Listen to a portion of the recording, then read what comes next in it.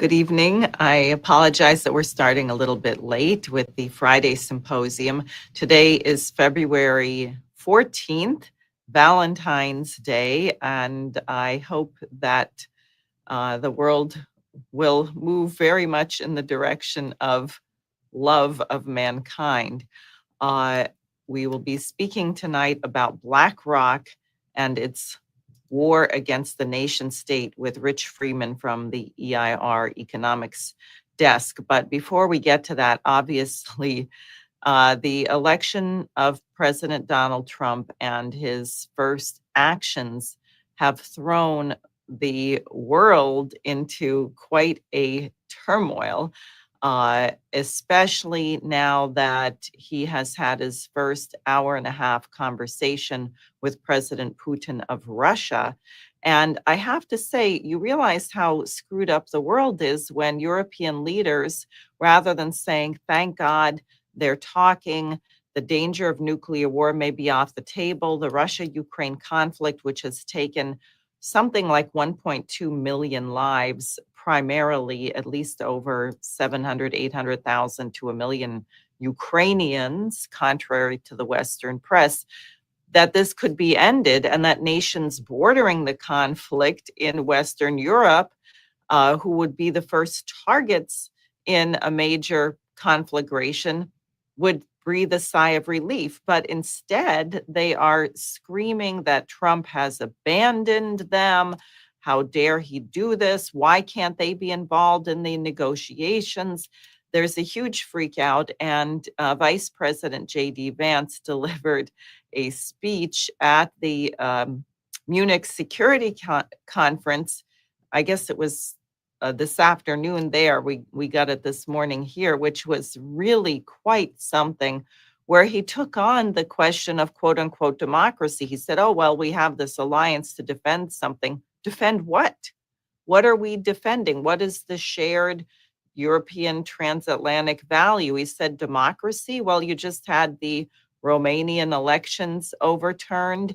You had someone arrested in the UK for silent prayer outside an abortion clinic, and he gave various other examples of, so he talked about Europe, where Friedrich Merz, who is the said to be the front-running candidate, and we're going to get to him in a bit, but who formerly was one of the leaders of BlackRock in Europe, he is threatening Elon Musk with legal action for meeting with the AfD, the Alternative for Deutschland. And Vance said, why do you exclude voices? Why is your so-called democracy so fragile that you can't even allow people with whom you may disagree to speak? So Merz is threatening legal action against Elon Musk.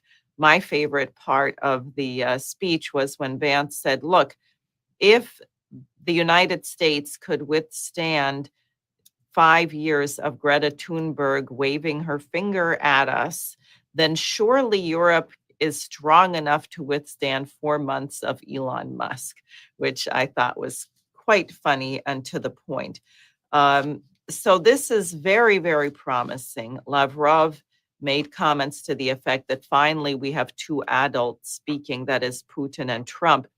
There had been virtually no contact between the Biden administration and Russia, two nuclear superpowers, for nearly 2 years, if you can imagine that, the danger, the insanity, the arrogance. So that's very promising, as are some of the shakeups and cleanouts and cutting of funding to all kinds of horrible programs. We have also the very alarming and gut-wrenching situation with Gaza, or Israel, Palestine, where there was a ceasefire that Trump was in the middle of negotiating, and hostage and prisoner release. But meanwhile, the Israelis seem to be able to do whatever they want in the West Bank. And then President Trump made this very shocking and frankly delusional proposal at his press conference with Bibi Netanyahu that the U.S. was going to, quote unquote, own Gaza. and that the Palestinians were going to all be relocated somewhere else, which is simply not going to happen.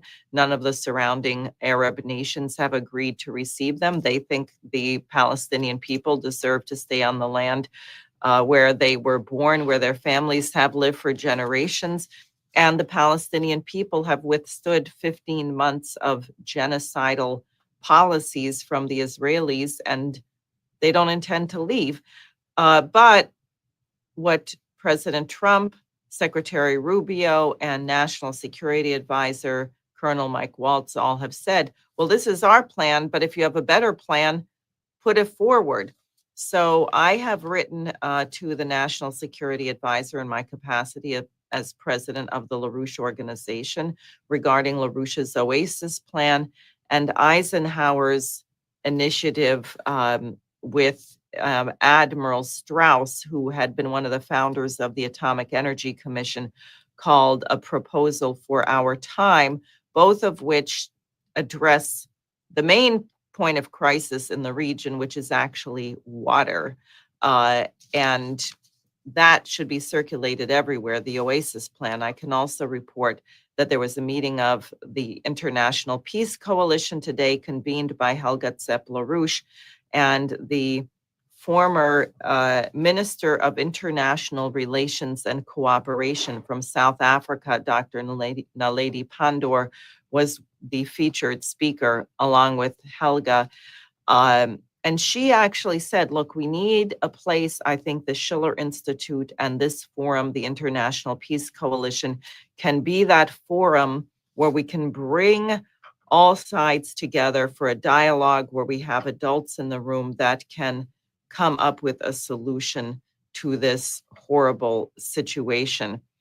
I think that's a very big challenge. It is a great expression of confidence and trust in the work of the LaRouche movement, and we will be taking that up.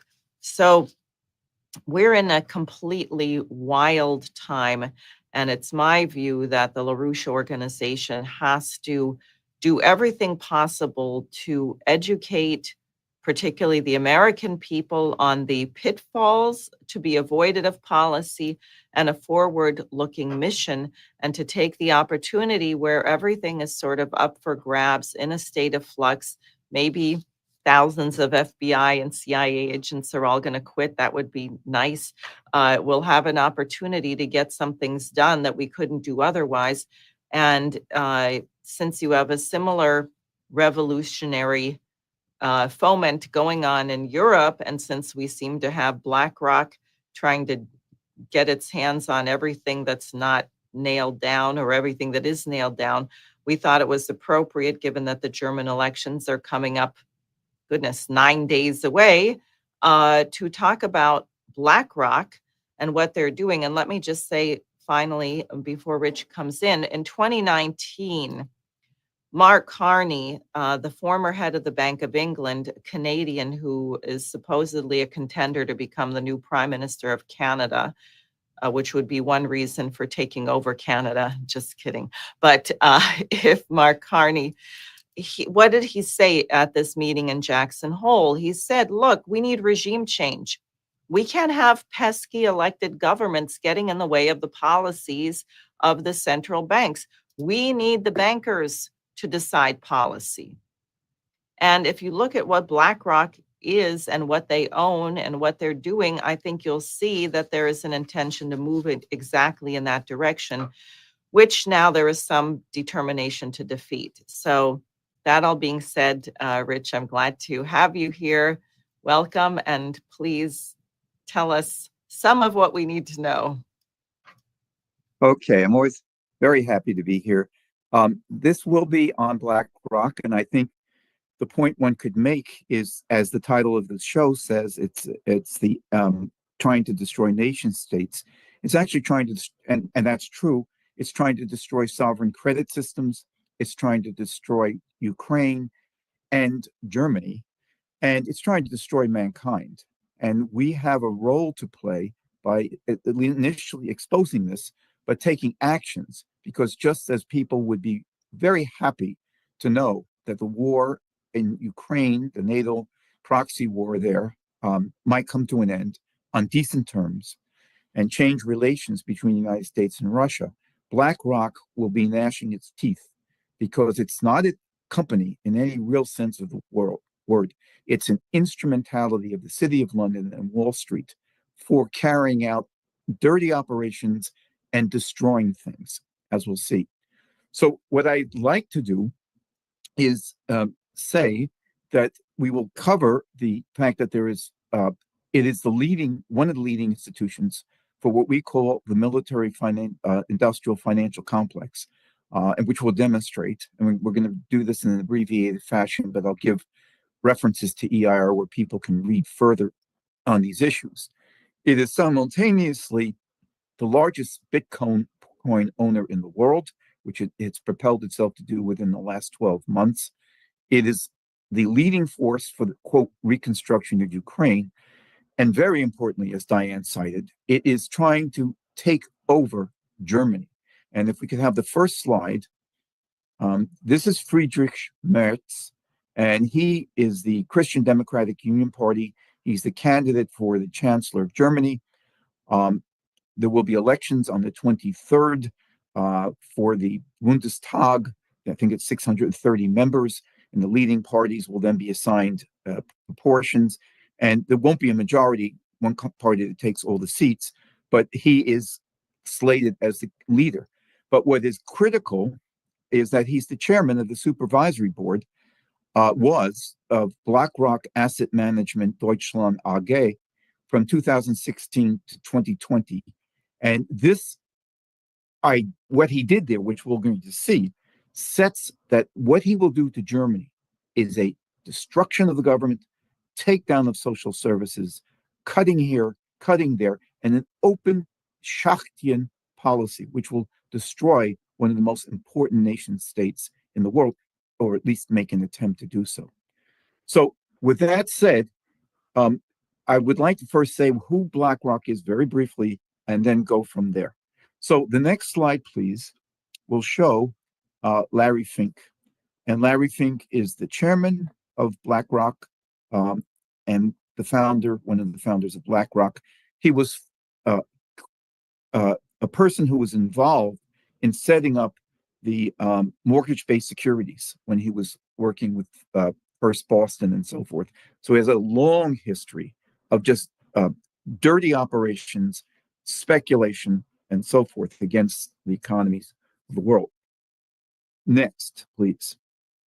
Now, these are three chairmen. These are three central bankers, central bankers that are members of BlackRock. Most companies in the world would never have, if they had one central banker, they would consider it an accomplishment. This is three. The first person you see is Philip Hildebrand, who's the vice chairman of BlackRock. He was the head of the Swiss National Bank, which has a long history, dirty money, offshore money, things of that sort. The second person is Dr. Stanley Fischer. He was the head of the Israeli Central Bank. And then after a stint as that, he became the vice chairman of the Federal Reserve. And the third person is Jean, I think it would be pronounced Boivin, maybe Boivin, I'm not sure how he pronounces it. And he's the head of BlackRock Investment Institute, and he was a leading officer of the Central Bank of Canada. Now, Diane mentioned what happened at Jackson Hole. This is in 2019. These three people, if you want to call them that, went there with a proposal. They did the latest proposal for which that was presented. And the proposal called dealing with the next downturn from unconventional monetary policy to unprecedented policy coordination, which this was held August 22nd to 24th, 2019 at a place called Jackson Hole, which is where many central bankers, treasury officials, and top bankers of the world congregate for 3 to 4 days. And the proposal, which I will just state in summary form, was, well, we're going into a situation where we can't keep using stimulation through the federal government. So that type of stimulation will not work. We can't print more money as we did in 2020 to 21, 22. That could run into problems. So what was their proposal? Their proposal was that you set up something called an emergency standing emergency fiscal facility. And they said that it's a facility in the budget that would make decisions to bail out the financial instruments which would be collapsing. And the US government would not be controlling this. This would be the central bankers, these three people and others, who would run the United States government the next time the blowout occurs. So that's one feature of BlackRock. Next, please. This is an article which I just refer people to. It covers more of what I've just reported and much more about the origins and the functioning of BlackRock and State Street. It was in the January 12th, 2024 EIR, and you can review this and pick it up and look to that. Now, what we exposed about BlackRock is its role as a continuous sponsoring of wars, that we pay taxpayers money, different people around the world pay taxpayers money, and what this has done is it goes into the undergirding the war industry that is at hand for endless, illegal, destructive wars, killing hundreds of thousands of people, and setting the world at edge of nuclear annihilation. Next, please. Okay, so this is something we put out, and I'll show you where you can find this. It was a fact sheet that we circulated immediately on Congress when we knew that the war situation and it was very, very dangerous. This shows the leading companies of the defense companies: Lockheed Martin, Raytheon, Northrop Grumman, Boeing, General Dynamics, L3Harris Technologies, General Electric, and BAE Systems, which is the premier British defense system. And look where BlackRock is. Lockheed Martin, it's the number 2 owned shareholder. And what happens is there's 1,300 investment vehicles, electronic fund operations, management things that 35 million people invested into BlackRock, which gives BlackRock this pools of money, which on the City of London, Wall Street, can not only invest, but infuse into the military, industrial, financial complex policies coming from the top.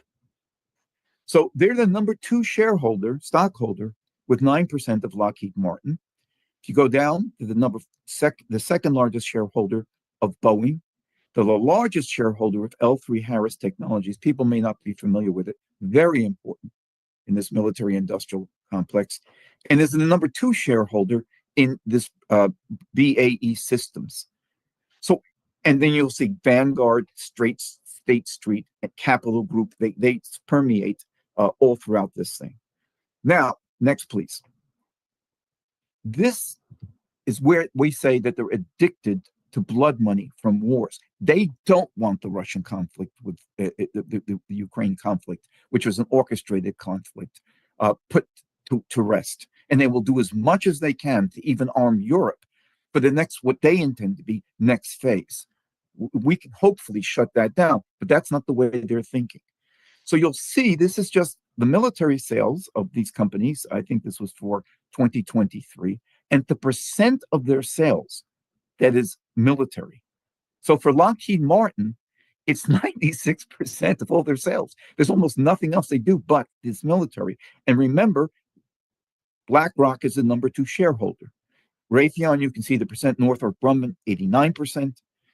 BAE Systems, 96%. So that the military revenue of these companies, which is then passed through BlackRock into Wall Street, City of London, and elsewhere, 214 billion in revenues.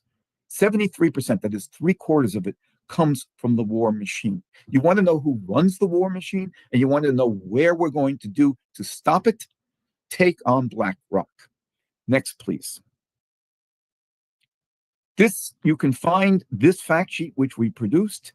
It was in the January 5th, 2024. And on the flip side of this fact sheet, it's called "The Military Financial Complex is Bloated on Blood Money from Wars."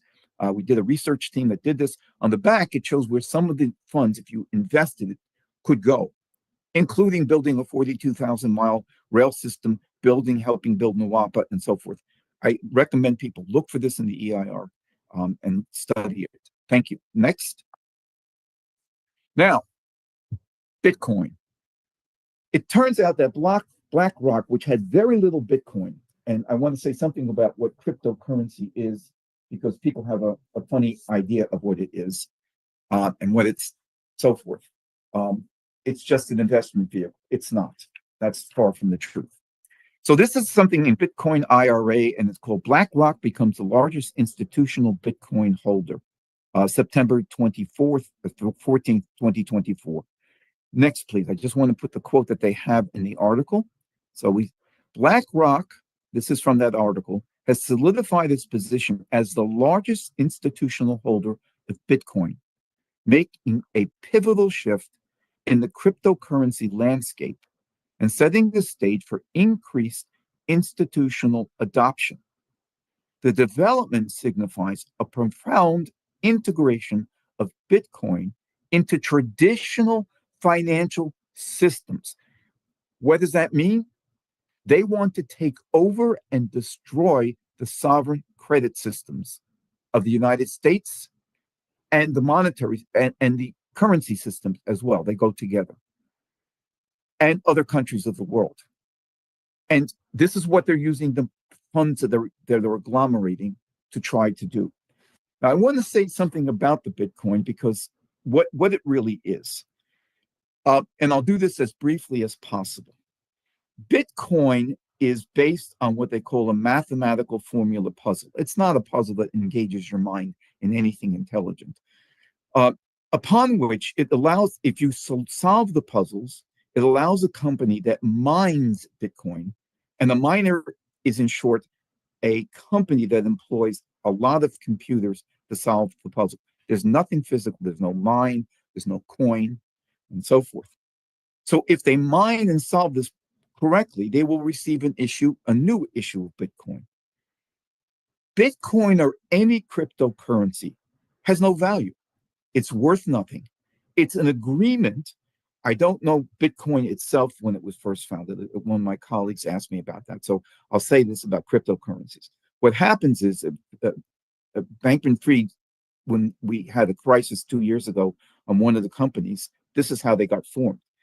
You reach an agreement by a company that says, I'm going to issue Bitcoin or plain coin or simple coin and so forth, and a trading platform. Usually the company that's setting up the Bitcoin owns part of the trading platform. And then they reach an agreement for an artificially set arbitrary price, which they then bring to market.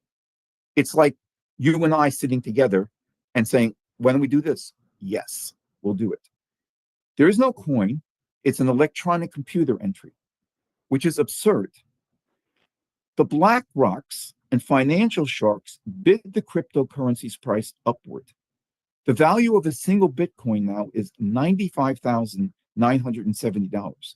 It has no value in terms of the productive physical economy, in terms of potential relative population density, as the conception of Lyndon LaRouche. There are now 10,000 to 20,000 separate cryptocurrencies in existence, depending on which source you use for who's creating the cryptos. And you can go to the internet, you can do it right after you finish listening to this, and there are videos and manuals on how you can set up your own actually worthless Bitcoin company. But it gives you all the ways to do it and so forth. What's important here is that this is a Nietzschean bent that's being introduced into the economy, but also the minds of people. It does two things. It destroys the sovereignty of nations to issue their own currency under their own control for productive purposes, Hamilton would say. Instead, these 10 to 20,000 cryptocurrencies are under the control of speculators such as BlackRock, which will wreak havoc. What they're trying to do is to get legitimacy for these coins as an alternative mechanism alongside the dollar. Now, the dollar has real problems right now because of the physical economy of the United States. But it was created under Article 1, Section 8 of the U.S. Constitution that enables Congress, the U.S. Congress, to create coins, mint coin money. And that's the basis of the dollar. And its value, therefore, we don't need 20,000 US dollars. What is interesting is that some of the people who consider themselves patriots and sovereigntists and want to defend their country are, including some of the Trump administration, are big endorsers and buyers of Bitcoin, which their limited understanding and greed prevents them from seeing will undermine the very sovereignty of the country, because that's why these cryptocurrencies exist.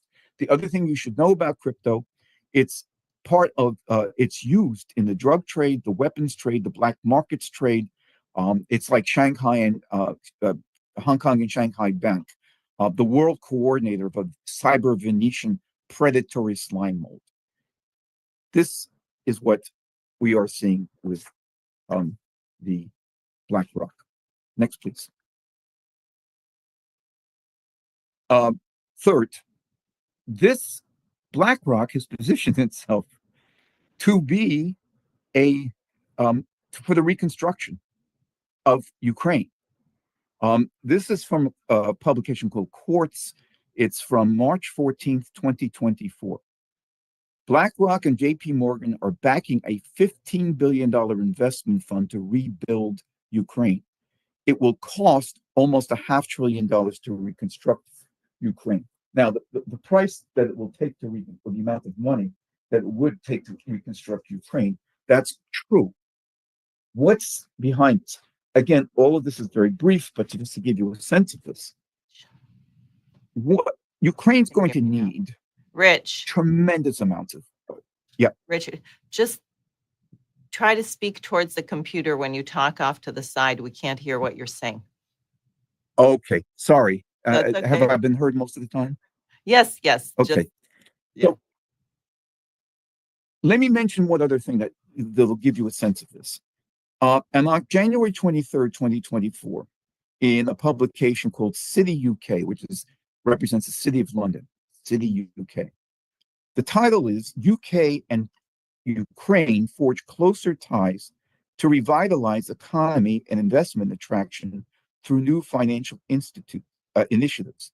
What are their initiatives? And you'll see how this connects to BlackRock. What it says is that the City of UK, which is the City of London, and the London Stock Exchange have signed a landmark memorandum of understanding with the Ministry of Economy of Ukraine to support the development of the Ukrainian financial and related professional services industry through the City Ukraine Hub. Now, the hub is a mechanism for how the British intend to drain Ukraine. And BlackRock has gotten into it.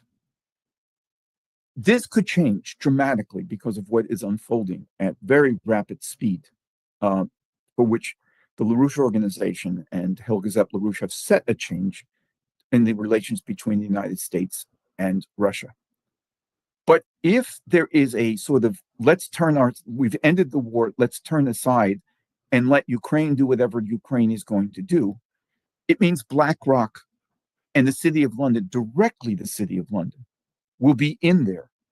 And while they may build some necessary things like train stations and other things which will be there, what they will do is continue the looting of Ukraine, which went on under the International Monetary Fund from the year 1993, when Ukraine became independent of the Soviet Union, until 2012, when Yanukovych came in to begin to give a different, 2011 really came in, to give a different direction for physical development of Ukraine. Ukraine shrank. It lost people.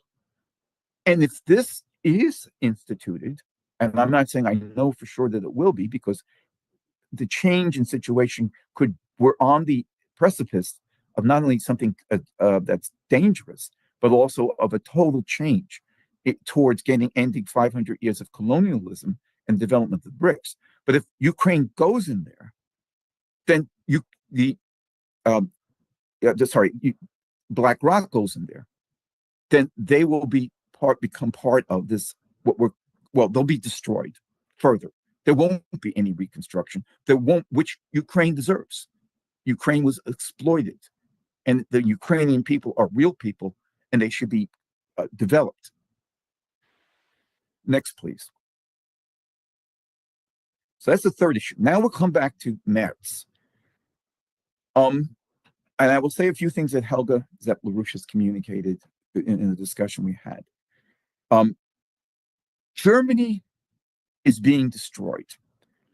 I will just cite a couple of reasons why it is being destroyed. We've covered this, and I'll give a citation that you'll see for people to read further on this.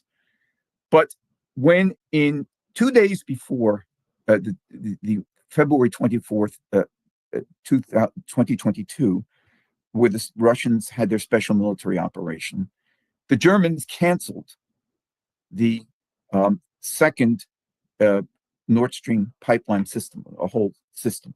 They just canceled it. And then pushed for the ending, along with others in Europe, led by Britain, to end the importation of Russian gas and oil. And there's an article that appeared in the Financial Times that said at the time, Germany was dependent for 60% upon oil and natural gas. And a huge amount came from Russia at preferred prices. So that was the first thing that began to destroy Germany.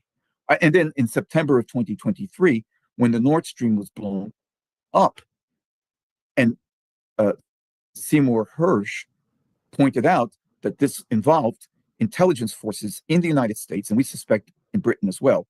But he gave some evidence and so forth. And you think Germany would have jumped to say, let's document this. We're going to hold a hearing in the parliament and look into it. Didn't happen. And Schultz stood at a press conference with President Biden. And after Biden said that, had originally said that we were going to find ways to derail, one way or another, he said, derail Nord Stream 2. After it was blown up, Schultz stood there like a puppy. Just we'll go along with whatever the United States is doing, which was terrible. But then you had two other things. You had the development of the green policy, which was to shut down in 2023 the 3 remaining of the 11 nuclear plants in Germany, which were excellent plants. They were built by Siemens, and Germany was one of the developers of nuclear power, as everyone knows. It was part of their heritage, of their scientific tradition. So that was shut down, and to shift to so-called renewables, solar and wind. I won't go into it here. We've discussed it several times on Diane's show, and with people who are experts in the field and so forth. So what happened as a result of the confluence of those two operations and Germany's decision that it was going to, under the SPD, Olaf Scholz chancellorship, and others, completely supported by Merz. Next, please. Okay. What I'm going to show you is what happened, and this will be the concluding part. But what did he do when he was the head of BlackRock Asset Management Deutschland AG? Now, this, what you see on the left-hand side, is their annual best execution disclosure. So it's what they do. It's a 23-page document issued in April 2023. I don't think it was much different than when Merz was there. So let's see. The next page is the first page after that. It's the contents. So look at what their qualitative analysis is going to do.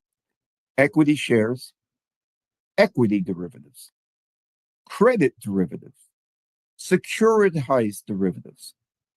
That's what he did. He was also an advisor and on the board of Hong Kong and Shanghai Bank, and an advisor to AXA, AXA, which is a big French investment insurance company, which is very dirty, very nasty. So that's his background. Next, please. And you can find out more about what I'm about to show you briefly, the decline of the German economy. There was an article, Dramatic Decline in German Economy 2024 by Rainer Appel and Claudio Celani, which was also assisted by Marsha Mary Baker. And you can find it in the July 26, 2023 EIR. So I just give you these references so that people want to get more background, because we're trying to do just attack the pithy parts of it. Next. So let me show you what happened as a result of the energy policy. This is the cost of wholesale electricity in 2024. For the United States, it's $38 per megawatt hour, million of hours, megawatt, which is not a great situation. It used to be much lower, but we've had things that are going on in the United States. For Germany, it's $84 per megawatt hour. I've tried to get the best statistics I could, so they may be off a little bit, but that's the realm of it. So it's 2.25 times more expensive. And it is hitting industry, it is hitting homeowners, it is hitting everyone, that if you have double what the Americans pay, what it will do to cripple your economy. Next. This is just one thing I was able to get. It's German industrial production comparing 2024 to 2023. So overall, the German industrial production contracted by 4.5%. This is from the Statistisches Bundesamt, which is the federal statistical office. Automotive industry collapsed by 7.2%. Machinery and equipment, 8.1%. Fabricated metals, 6.4%. Electrical equipment, 14.6%. This is not just a slight downturn. This is an ongoing collapse. And the question is, can it be staunched and stopped and reversed? And there is a way. Or will, if Merz is elected, this be turned into the sabotage of the most important economy in Europe and a tremendous economy for contributing to what could be done to rebuild the world?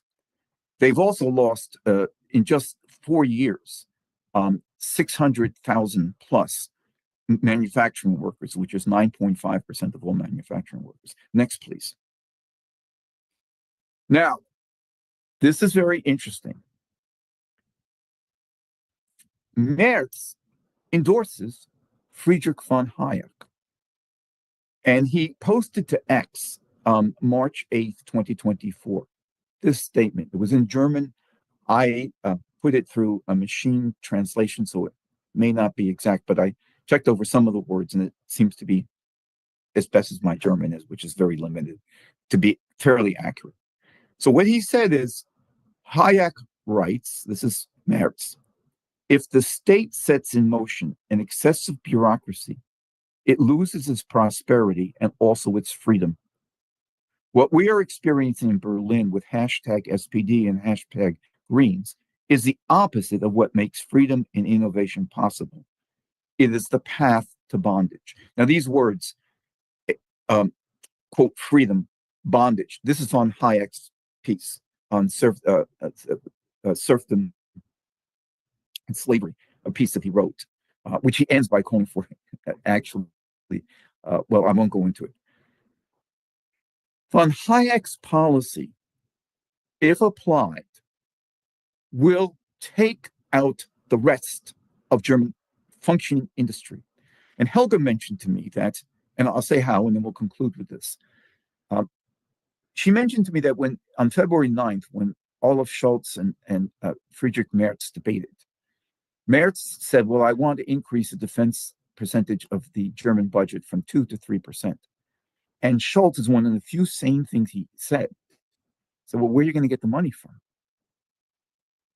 Now, if you know that von Hayek was the advisor to Margaret Thatcher, when she took a hatchet and cut the budget, because the von Hayek and Lockean conception, which is also the conception of certain libertarians, is you have police, you have military, and you have almost no other function for a sovereign government, which is completely opposite of the United States and the General Welfare Clause. And this will lead to a Schachtian policy as they build up their defense and cut people who are already being dumped out of the labor force. And this will be a danger to everything that Germany represents, but it will be a danger to the whole world. Now, Helga says she doesn't know what's going to happen. She does think, unfortunately, that Merz may win, but it looks like the CDU, Christian Democrats, may get 30 or 32%. She reported to me that there was a meeting at the apartment of a Herr Laschet, who's former CDU top person, where they met with the Greens. And so there could be a CDU Green alliance. But Helga wasn't sure, because she said also it may be that they can't form a government. That's certainly what's been happening in France. So we will watch this. But if one way or another Merz comes to power, we're going to see, in addition to his own outlook, the outlook of who? Of BlackRock, taking apart the fourth largest economy in the world, using Shaktian methods. That's why I say BlackRock is not, I'm not saying it's set in stone. And but that's why I say BlackRock is against all of humanity. And it's not a simple investment firm. It's got tons of money, $11.55 trillion. That's more than the GDP of a large number of countries of the whole world. But it's done for purposes of ultra destruction. Just as I said, it would not be happy that there be peace. Finally, after almost 3 years of war, in a NATO Anglo-American war in Ukraine. Okay, the last part of this. Now, I do want to say that we have a slate that we are running, and it's the Buzo slate, and the slate has on it Helga. It has Stefan Ossenkopf. I'm sorry, I'm not putting my hands on it, but it has Ulrika and Wolfgang Lilga. It has Jonathan Throne, and I apologize, I may be leaving one or two people out. They will be using the next 9 days. They are candidates in Berlin to bring this question before everyone. Because while we're moving perhaps in a direction of an entirely new paradigm, this Merz question is necessary to inoculate and do as much as we can to prevent. Now, the last thing I want to do just to end is this is a list of companies, of machine tool companies in Germany. Germany has excellent machine tool companies. They are among the best.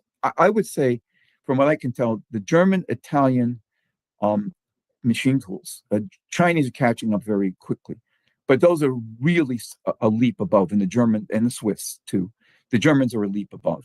If you look at this list, at Kern Microtechnik, DMG Mori, at number 8, Grob Werke, these are excellent.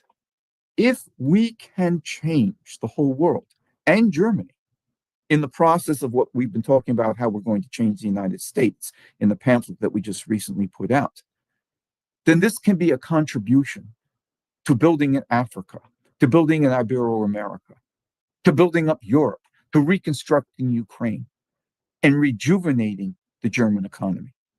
And that shift, if we can bring it fast enough, can be very effective.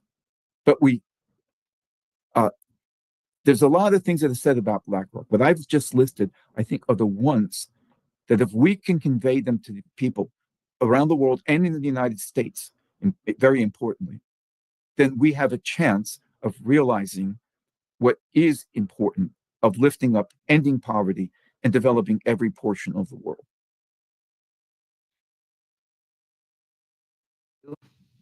Very much. Now, That's it. I gathered. I have a question to play devil's advocate a little bit.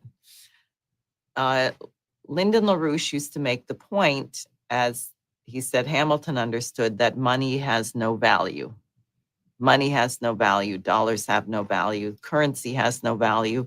So what's the difference between the no value of a dollar the currency and the no value that you say Bitcoin has, or the no value of cryptocurrency?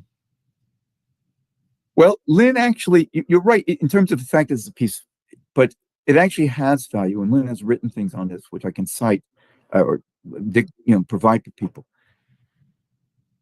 The ability of the value of a currency, it's its function in increasing the growth of the physical economy, but even more so by increasing the ratio of free energy to the energy of the system, and thereby establishing a greater increase in the potential relative population density per capita of a society.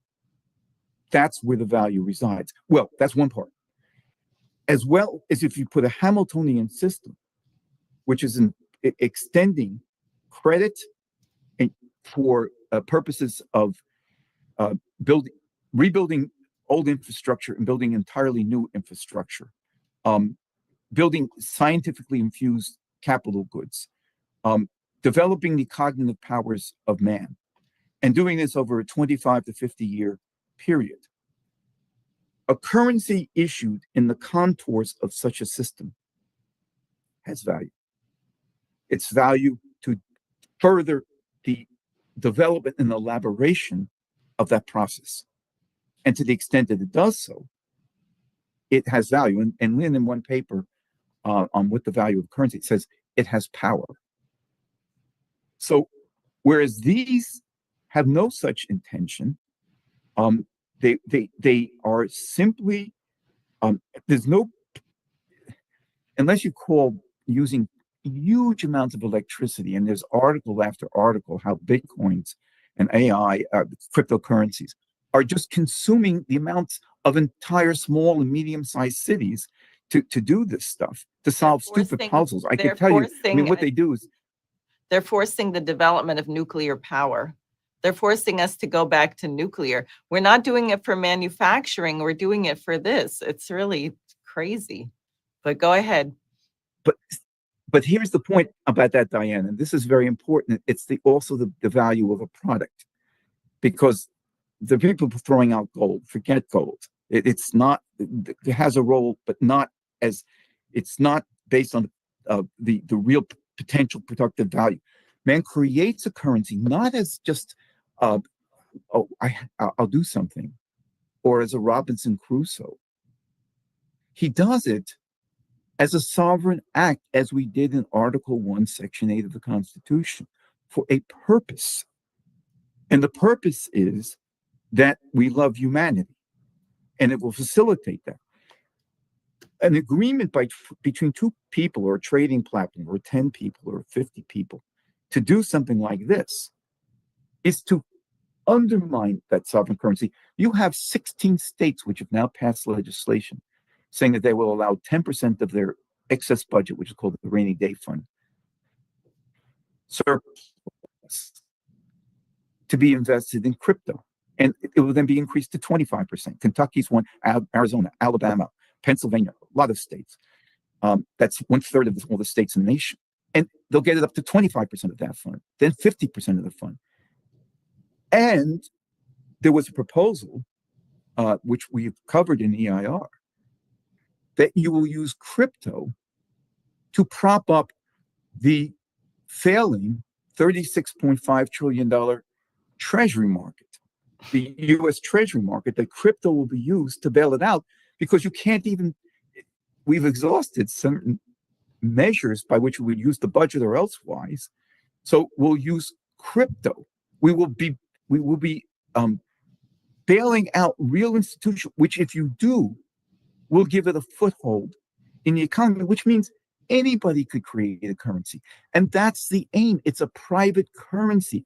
The people who hate sovereign governments, who hate sovereign credit systems, want to detach us from that and say, well, and of course they give you, it's secure and the government can't intervene, and it cuts the middleman cost out of the picture. It's all a sales talk. Well, I this think is it's very sort of, it sort of presumes a system in place which it could never have created, right? Because for you to sit there gambling with your cryptocurrency presumes you have electricity, you have a cell phone, you have running water, you have, you have these things which you would not have had there never been a government or a centralized form of credit to make sure that your home did have electricity and that there was a road and you could drive your car somewhere. So it's a very peculiar, it's sort of like solar panels and wind turbines in that sense. It's a system which cannot possibly reproduce itself or create a future because it's inherently entropic. It is not producing anything. Right. I totally agree. It's not connected to production. It has no, and there's no claim that it would be. It will be used, but they want a foothold so that BlackRock's, the City of London, and so forth, can say, well, therefore, governments don't really have sovereignty. But it goes back to the fight, Diane, since we're talking about the 250th year. Locke had life, liberty, and property. And Hamilton, Margaret Morris, many others fought this tooth and nail because they said, no, we are not for that. We're for the Leibnizian concept of happiness, but Leibniz defined in his letters to a person named Wolf, who was going to the Russian academy, which we were setting up in St. Petersburg. Happiness is mankind's perfection. Happiness is mankind's development. Happiness comes from being concerned and wanting to develop mankind. Whereas the Lockean view, which intersects with the von Hayekian view, which intersects with the libertarian view, is altruism is wrong. I live for feeding myself. I just take in what I need. I just live for that. If other people die, then they die. I'm on this earth only for that purpose. It's the complete opposite of Helga's 10th principle, that we're here to ennoble ourselves and perfect our minds and our ability to actually have love, not the fake love, but love for all of mankind. That's why it was such a fight at the Constitutional Convention. And that's why we established America on that principle of this pursuit of happiness. Now, BlackRock, you said, is the largest owner of Bitcoin on the planet. I'm just thinking about, how this works, because when you have these kind of games or this becoming quote unquote currency, then you're undermining the ability of a government to actually regulate or encourage economic growth and production, because somehow the center of gravity is moving out of a system which is supposed to be responsive to the people it serves, to a system of completely private interests. You don't have sovereignty. Sovereignty is the ability to issue credit, to increase, as I said, the ratio of free energy to the energy to the system, to increase potential relative population density. And we can go into a whole discussion of that. But the source of that is the fact that the mind can move from one manifold to another by a higher hypothesis, which sees and overcomes fallacies or things that have not been understood, and that the mind is free to accept that this process will go on. It's not thrown off by that, which is the invariant of that is creativity.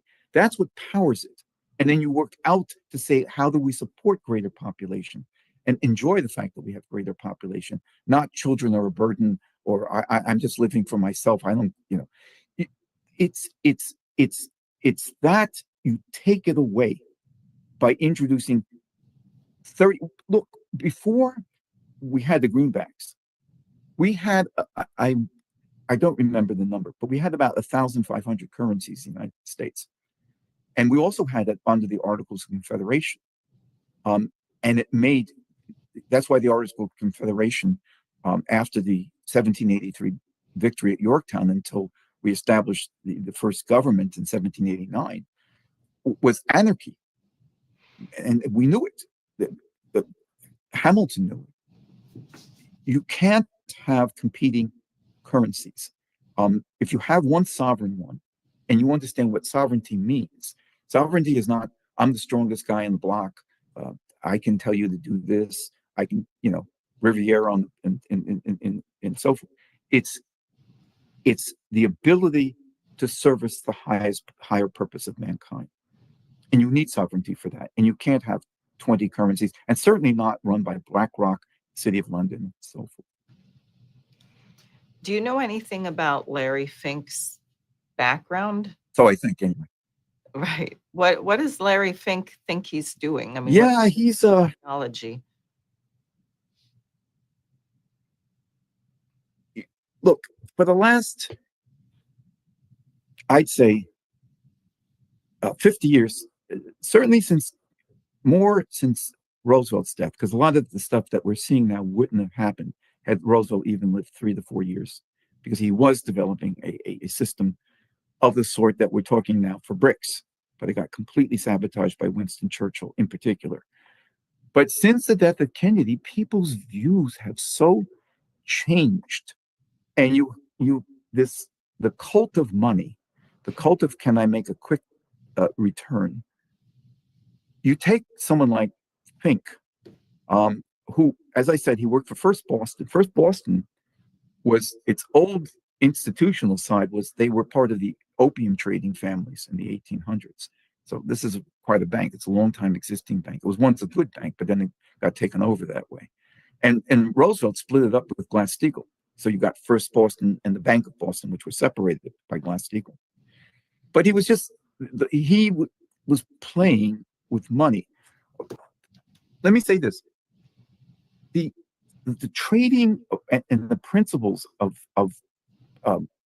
how you create a cryptocurrency, where you might have a digit 0.000001, then the next one is 0.000011, then the next one is 0.00010011, and you then solve the cold puzzles. But that's what you're doing.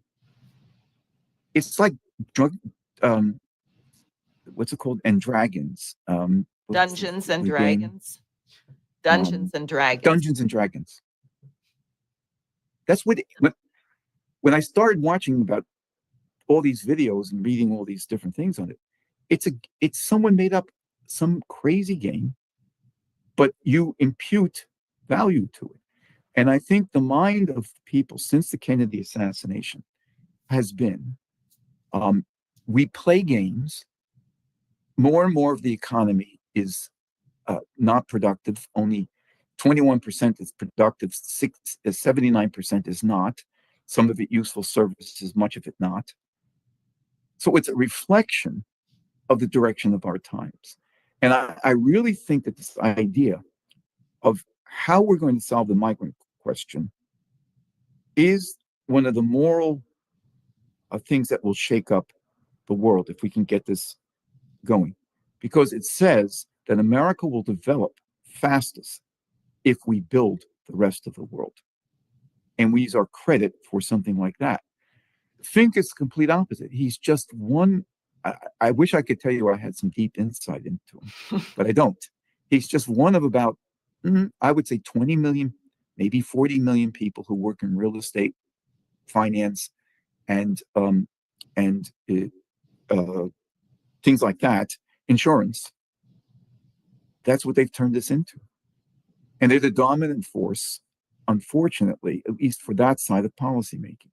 It can be, we can change that by building the WAP, by putting people's minds into the space, by putting people's minds into fusion and nuclear fission. We can change that, but it's part of a lost generation who are just, they're horrible people. They don't care about anybody. Right.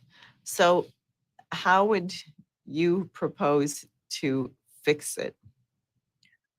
Well, I don't want to speak for everyone, but I'll tell you what I would do, because I'm trying to get a discussion going in the LaRouche organization on this very question. And trying. I would abolish cryptocurrency. I would abolish derivatives. I wouldn't regulate them either lightly or heavily. Not regulation. Abolish. There are certain things that you could say you need, say, for instance, forward and future contracts for, like farmers. If you farm plant in April and March, you try and lock yourself into a price that would be paid for your bushel of wheat in September. And so that's what they were used for. If we had parity pricing, you probably wouldn't even need that. You could do without it. And look at it this way. They have no legitimate function in the increase of anti-entropic growth. And if they don't have a function in the increase of anti-entropic growth, they don't have a function. So I would say, and I don't want to speak for everyone, and we should have a discussion on these processes, abolish them. Just say, look, they had to change the gambling laws in Germany to legalize derivatives. They were outlawed in Germany for many years. We didn't have much of derivatives in the 30s, the 40s, the 50s, the 60s. But we had the space program. We had the building of all sorts of things. We started building nuclear power like crazy. That was in the 70s and 80s. Did we need them? Well, I think that if the dollar had more value, that is, the purchasing power of the dollar was worth what it was, say, in the late 1960s when we had the space program going and other things, people wouldn't be so enamored of it. And I've been reflecting on this whole question of the gambling society. We've become a society of gamblers, and I think it's a function of the insanity of the economy, because we have an economy where the people who work very hard, like home health aides, people in group homes, people who are drivers, people doing all this labor, because we don't have an advanced economy anymore, frankly, get paid nothing. And then people who figure out how to steal or cheat or get lucky, win the lottery, are rich. So it's all very mystical. There's not a connection between how hard you're willing to work and your ability to become prosperous. And so then it becomes mystical. You want to buy lottery tickets, you want to gamble online, you want to speculate, because there is no relationship. There's no intelligible process for how you better your circumstance, right? It used to be the idea that you could work your way up in a company. There was an intelligible way where your standard of living had a relationship to your commitment to better yourself and to work hard. That doesn't. I think you've got it. I definitely think you've got it. And it is a change in the mission of a nation. And I think, look, we talk about the Oasis plan, but if you give a mission to people in Southeast Asia and extending, Central Asia and so forth, and also to Africa, and you get enemies to reconcile and even give Israelis this mission. Israel has 30% poverty. It's just not reported. I was just reading an article on that. It's why I think Helga Zepp LaRouche constantly says to people, you have to put together a development and security architecture which reconceptualizes everything that would allow humans to be human and human beings. If you do that, you can change how people turn out from a very, very early age.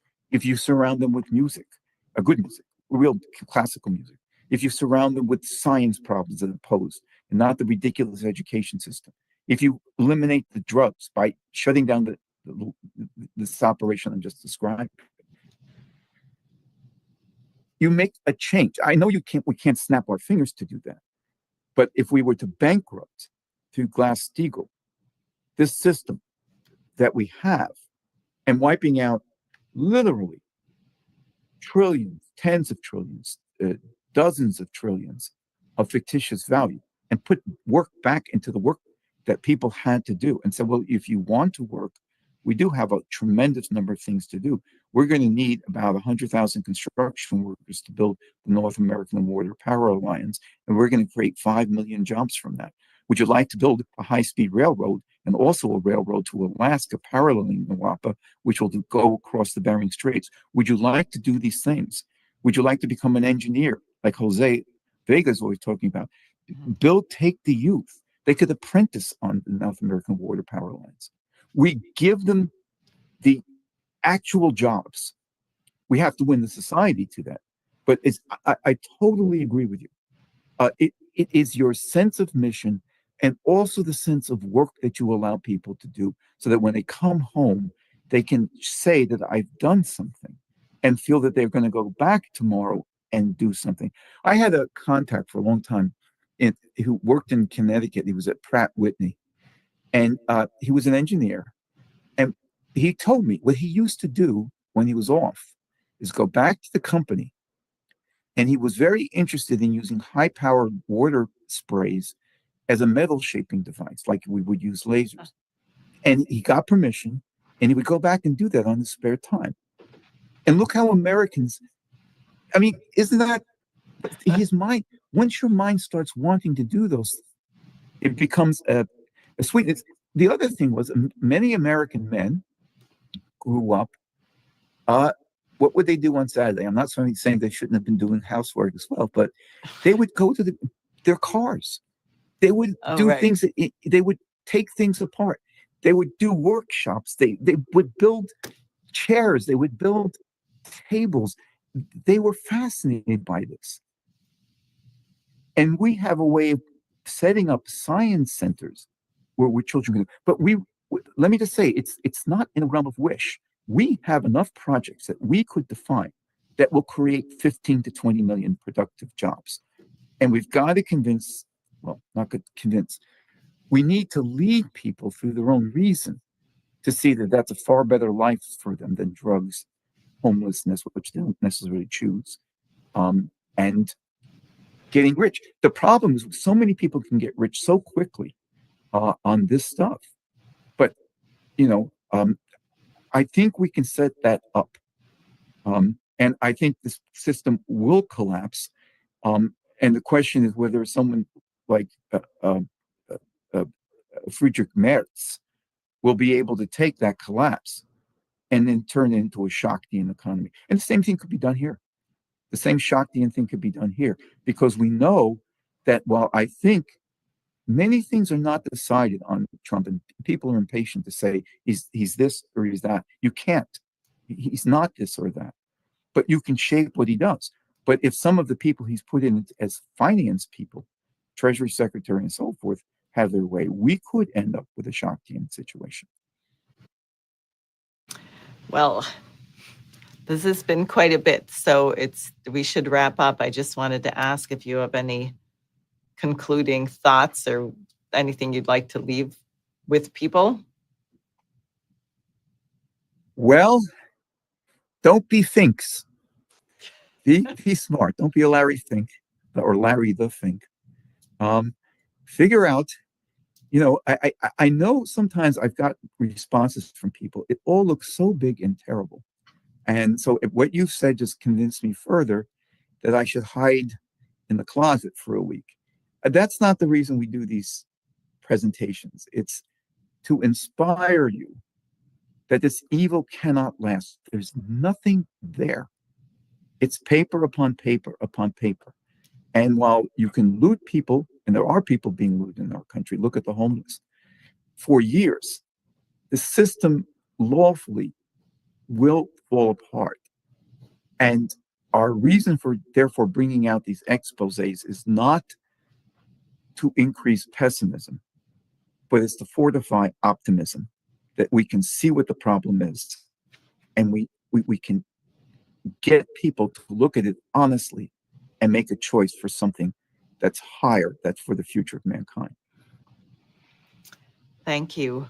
I am actually becoming somewhat optimistic with some of these developments. I think it's very hopeful, but we have a lot of work to do, and we do have to, I think, create the conditions where Americans can reflect on some of the wrong ideas that have become prevalent. How did we get here? Why did we give up thinking this way? Why did we become a society of gamblers as opposed to producers? Right? And what joy there is in transforming nature. Isn't that, I mean, you transform the world and it makes you happy. And that's what we have to be in a position to do. And every child being born on the planet should have the opportunity to make those kind of changes. So I'd like to thank you very much for being with us. I would urge everyone listening to One want to say thought something. you just inspired, yes, what you encouraged me is that, and this was also the thought I had when listening to Naledi Pandor, because it was so inspiring, her discussion with Helga, how we're going to solve the world. But the thing is, yes, what children will learn is that because we are part of this nature, and the highest part, mankind is the most beautiful part, nature will respond if we do something rational. And that is a wonderful thing for children to play with. I'm sorry, but it just made me Okay, think of that. that's okay. So I'd encourage everyone, please sign up on the LaRoucheOrganization.com or thelarouche.org. Donate. If you do a monthly recurring donation, you get the news service, which Rich Freeman's articles will be appearing in. Anything of $10 or more per month allows you to get that. And stay tuned because things are moving very fast. We can't sit on the sidelines. Oh, and congratulations, everyone who joined us in the mobilization. Tulsi Gabbard, Kash Patel, I guess we still have to get there. Robert Kennedy Jr. is in. We have some people who are willing to take on some of these really entrenched criminal secret apparatchiks, if you want to put it that way. So let us keep fighting because there's a lot of work to be done. Thank you very much for joining me, and we'll see everyone next week. And who knows what will have happened by then.